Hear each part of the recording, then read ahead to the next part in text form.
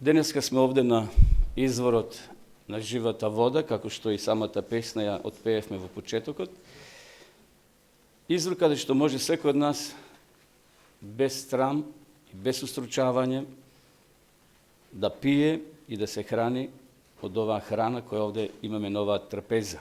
Секако ове се символи кои ги имаме пред нас, чашата и виното, односно лебот, символ на Христовото тело и символ на Христовата крв. Пред да учествуваме во ова вечера, еве ќе имаме едно кратко размислување, кој јас го нареков вода на животот. Двајца преморени патници патувале низ Жешка пустина. Ги потрошеле сите своји залихи на вода. Скоро и своите сили им биле при крај.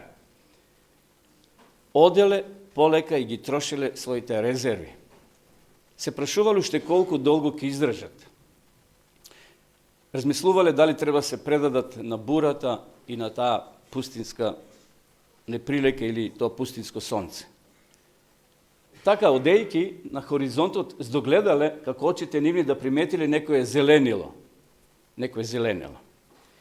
Дали можеби тоа им се само причинува? Не, сепак било тоа стварност. Се повеќе како се приближувале, тоа зеленило изгледало вистинско. Но се прашувале, ако има зеленило, ако има трева, ако има гранки или дрвја, сигурно има и вода.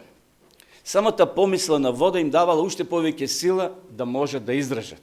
Им давала храброст да продолжат. Тоа мора да е нека оаза, си шепотиле еден на друг. И така ги употребиле своите последни сили, се довлечкале до таа зелена оаза. А пред нив рајска сцена. Стоел еден бунар, а поред бунарот дрвена кофа.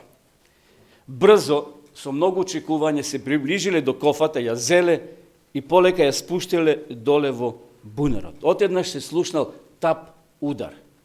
Бунарот бил празен. Ова било премногу за нив.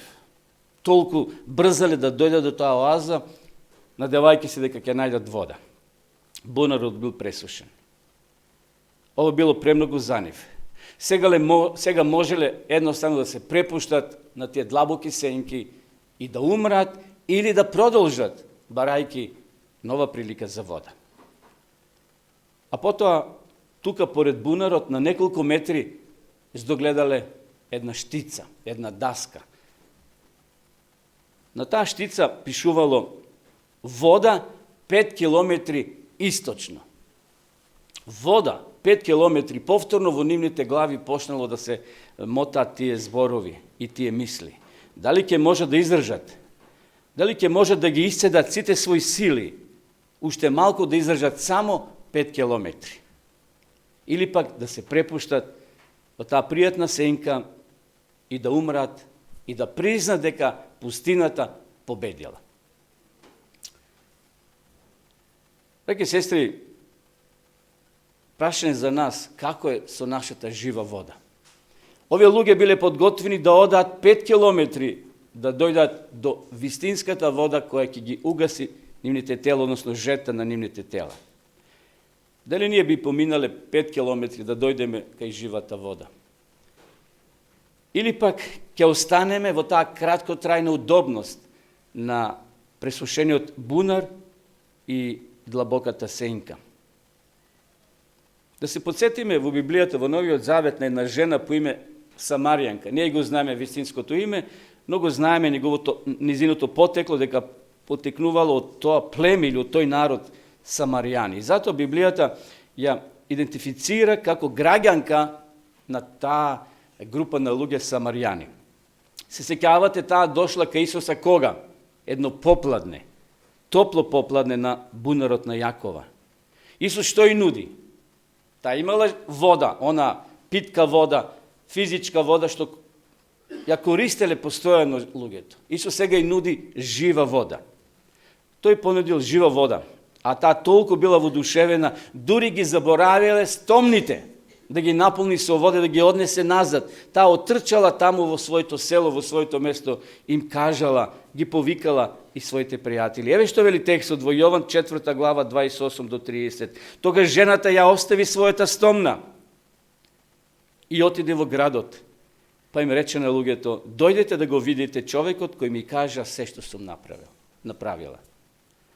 И сега коментарот Копнежот вака вели на овие текстови. Само две реченици. На истокот водата ја викале Божи дар.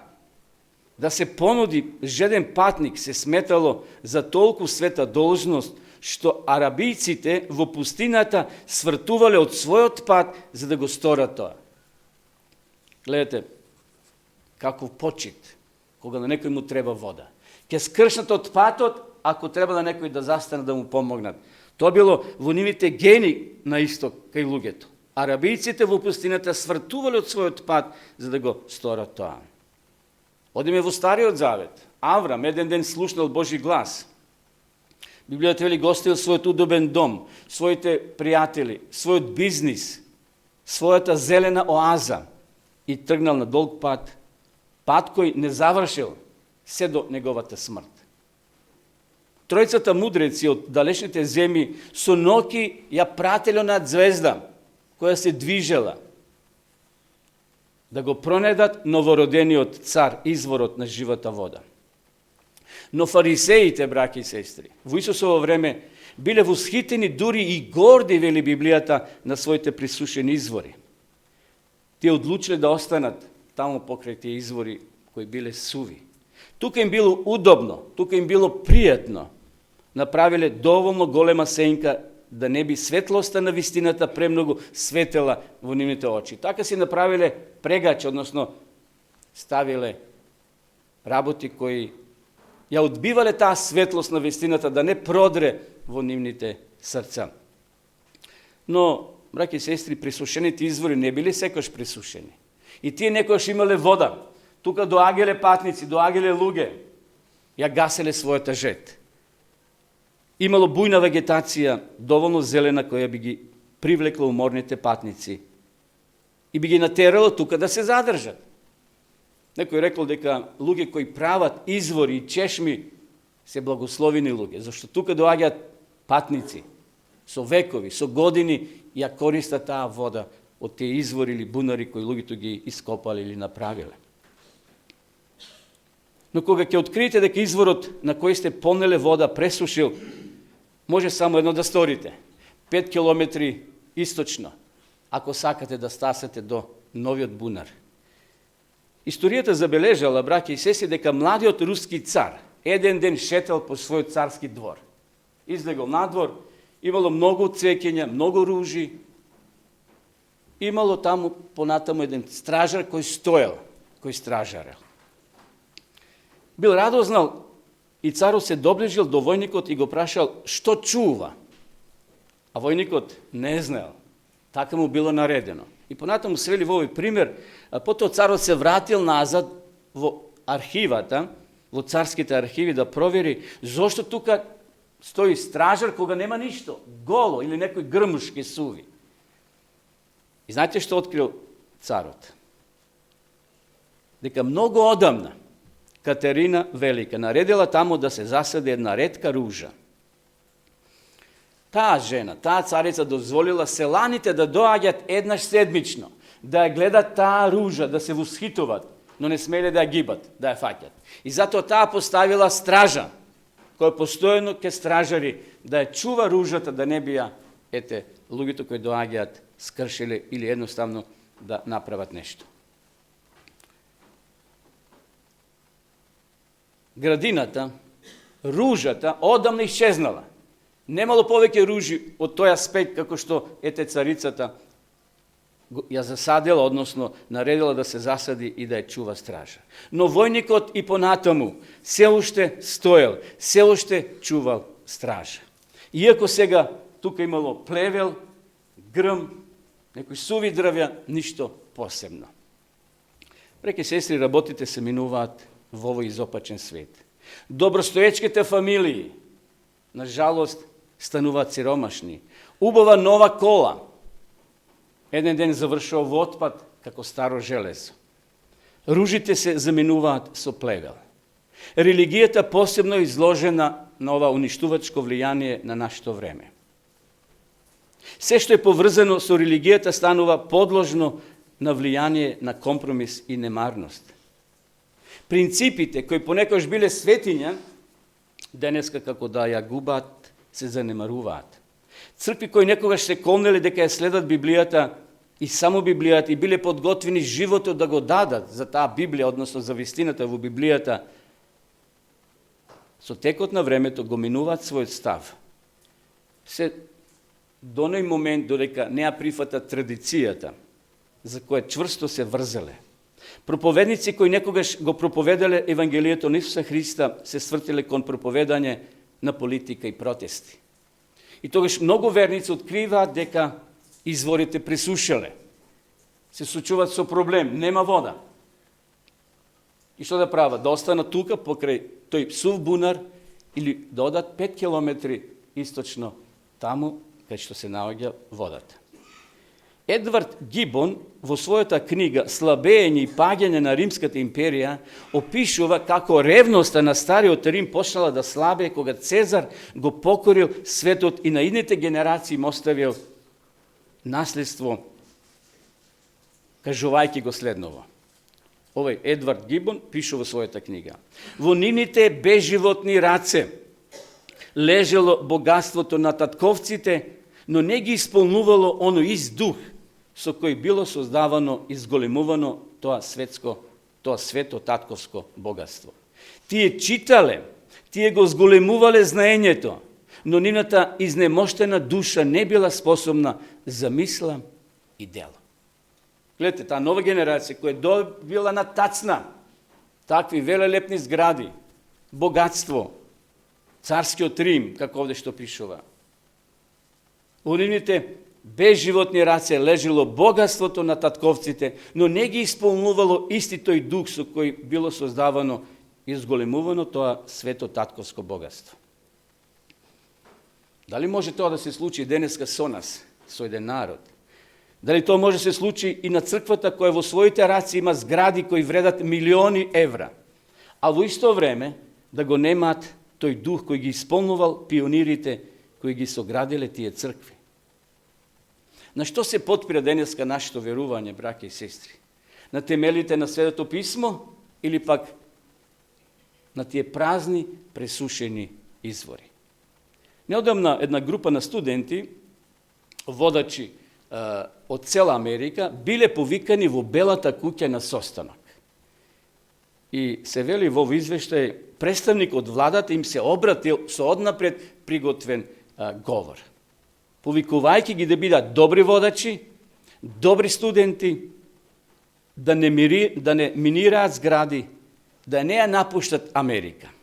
И кога го завршил својот говор, еден студент кренал рака и го запрашал представникот на владата на што се засноваат тие морални принципи.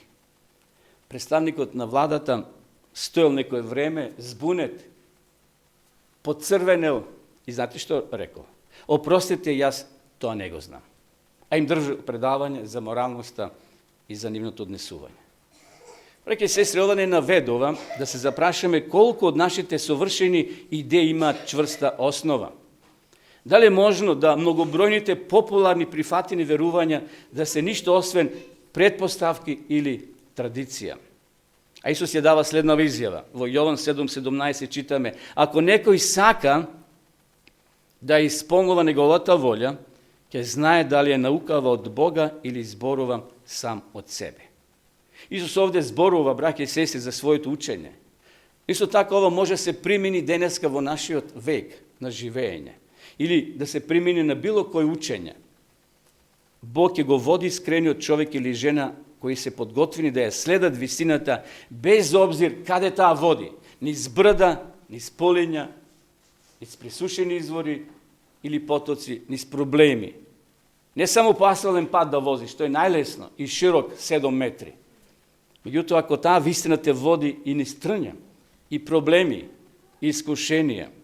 Денес има луѓе кои се подготвени да ја следат вистината само ако таа одговара на нивните планови. Ако е спротивно на моите планови, јас се откажувам или демонстрирам. Или ако ништо не ги чини. Никако луѓе сакаме вистината да се сложува секогаш со нашите однапред создадени мислења.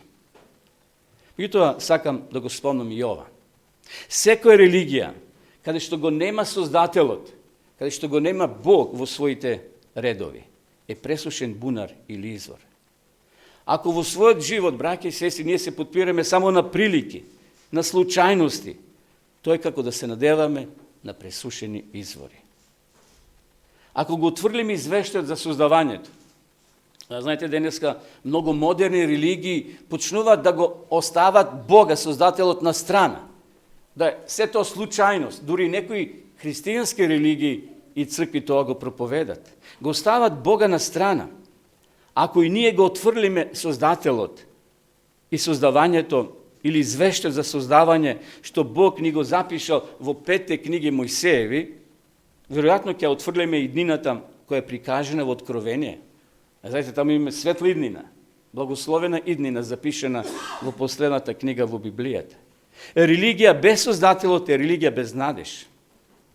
Бидејќи само Создателот има мог да ги менува нашите срца преку Светиот Дух. Само Создателот може да не обнови според неговиот лик, зашто Адам и Ева биле создадени според чиј лик? Според ликот на Бога, вели Мојсей запишал во првата книга Мојсеева, во првата глава. Без Создателот не може да има воскресение. Само оној кој ја победил смртта може да ги повика нашите мили и драги еден ден и да ни ги врати да бидеме повторно заедно со нив. Без Создателот нема ниту нова земја опишена во последните 2 глави во книгата Откровение. Нажалост, браќа и сестри, во новиот светски поредок нема место за Создателот. Тој е ставен на маргините или воопшто таму е занемарен. Некако луѓето покушаваат да го стават на тие маргини Спасителот и да го представат Исуса како некој занесен учител кој има некои идеи, илузии, некои кули кои ги ветувал во воздух кои никогаш нема да се остварат или да се изградат. Меѓутоа, луѓето се минуваат, знаете. Лошите стануваат добри, а на жалост добрите некојаш лоши.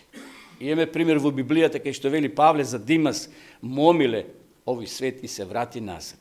Јас можам десетници да ви наредам луѓе за овие мои години со кои сум работел, луѓе кои навистина биле овде, со години, со децени, на крајот се повторува службата на Димас. Момиле овој свет. А Исус вели во Јован 1.11, дојде кај своите, но неговите што направиле? Не го примија. Значи, добрите може да станат лоши, лошите може да станат добри. Божиот избран народ, на жалост, вели Библијата, станал лош, кој го отврлиле Исуса. И затоа Јован запишал, Исус дошол кај своите, неговите не го примиле. Овие од избраниот народ, кои одлучиле да го прифатат Исуса, морале да се откажат од силните национални врски и одамна воспоставени обичаи и да се придружат кон новосоздадената христијанска апостолска црква. Тамо 90-тите години, 90-91, кога поранешна наша земја Југославија почна да се треси, се развоја, сите републики стана држави.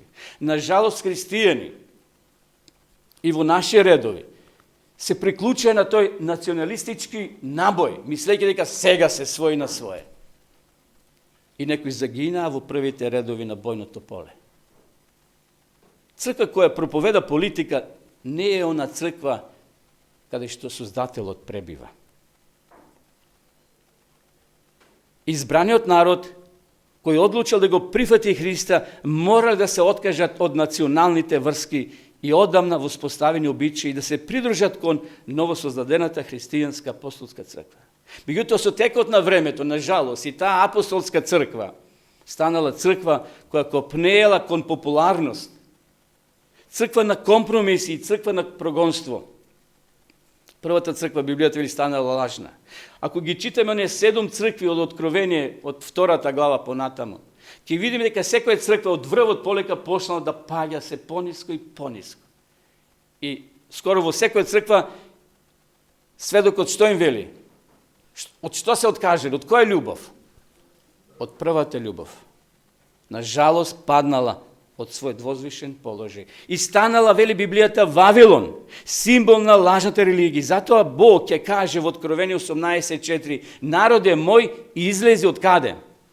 Излезете од неа, народе мој. И сега во копнежот има коментар. Оно што бара да ја згасне својата жед на изворите на овој свет, ќе пие и пак ќе биде жеден.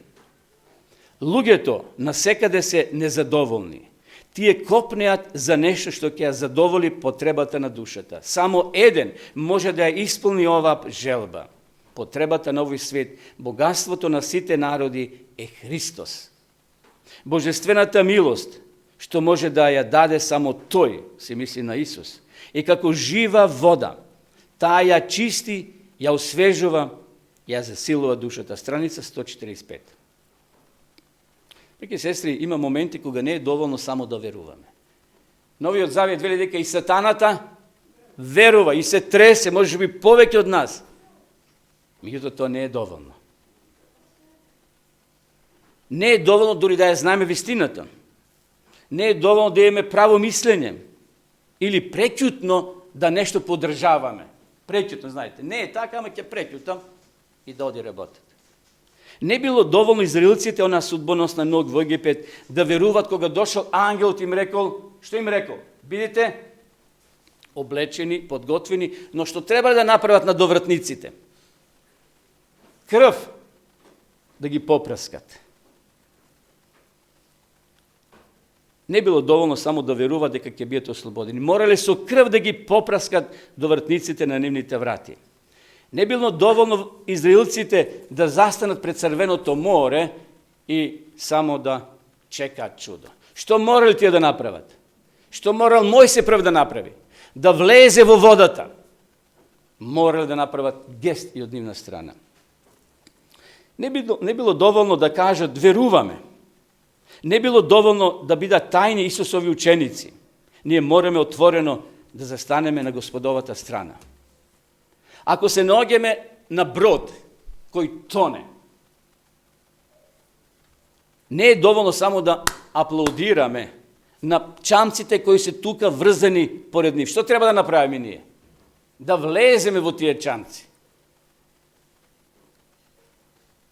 Не е доволно само да констатираме дека со фактот дека Вавилон паднал и дека повеќе не е она што било во минатото. Не е доволно да констатираме луѓе не одат работите како црква, уопшто како општество. Некаде и не можеме да помогнеме како општество можеби. Ама не е доволно само констатација. Не е доволно одиш на лекар и ти каже констатација, господине, ете и тука да застане. Имаш таква дијагноза. Мора да се понуди лек. Ние мора да го послушаме Божиот повик и да излеземе од него. Излезете, народе мој, вели апостол Јован во Откровение. Може би ни се чини дека пред нас постојат многу можности. Може би сме збунети од многу гласови.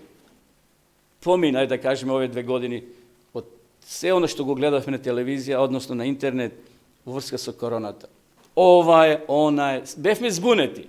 Разни проповеди, разни теми, делуваа во нашите мозоци, може би премногу понекогаш. Меѓутоа, да, треба да бидеме внимателни. Но Библијата вели, бидете мудри, како што? Да, има таму во Матеј Исусова изјава.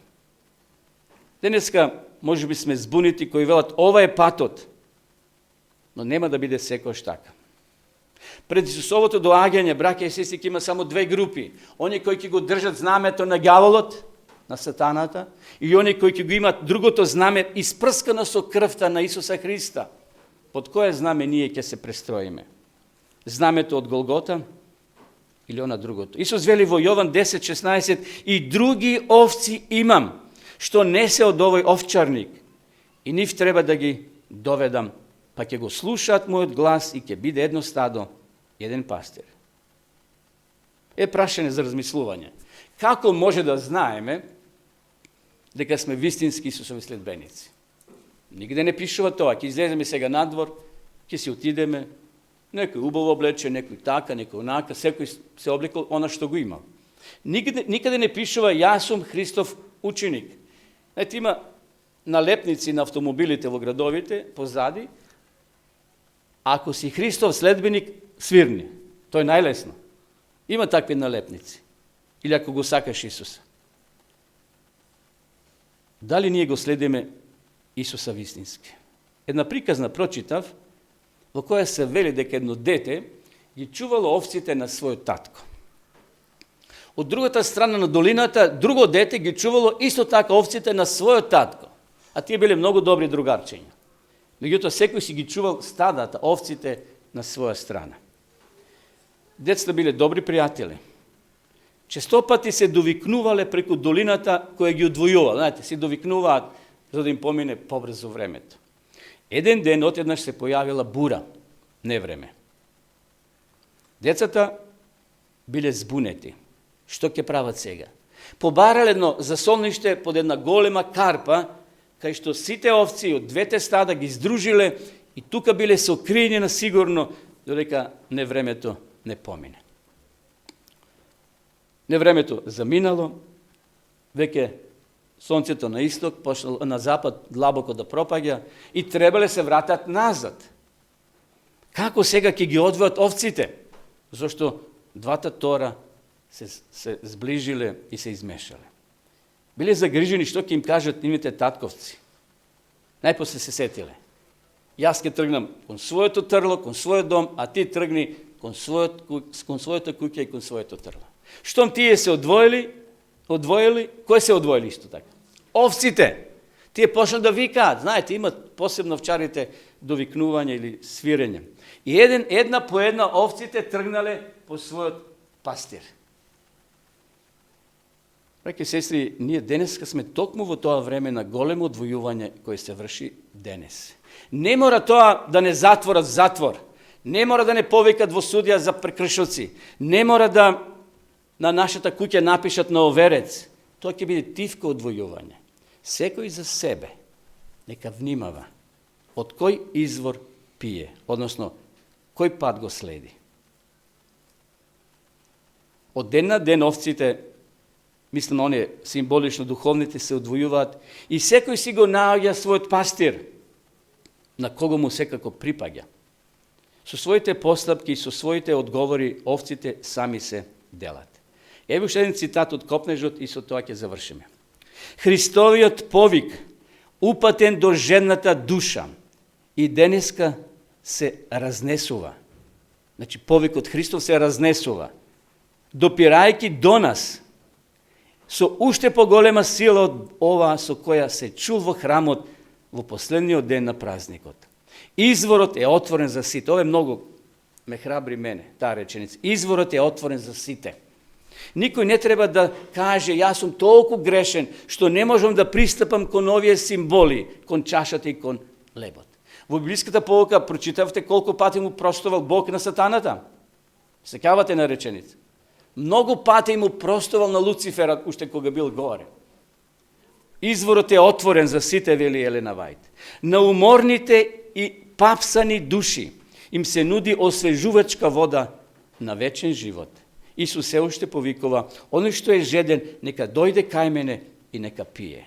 Кој е жеден, нека дојде, и кој сака, нека земе даром од водата на животот. А кој пие од водата што јас ке му ја дадам, нема да биде жеден довека.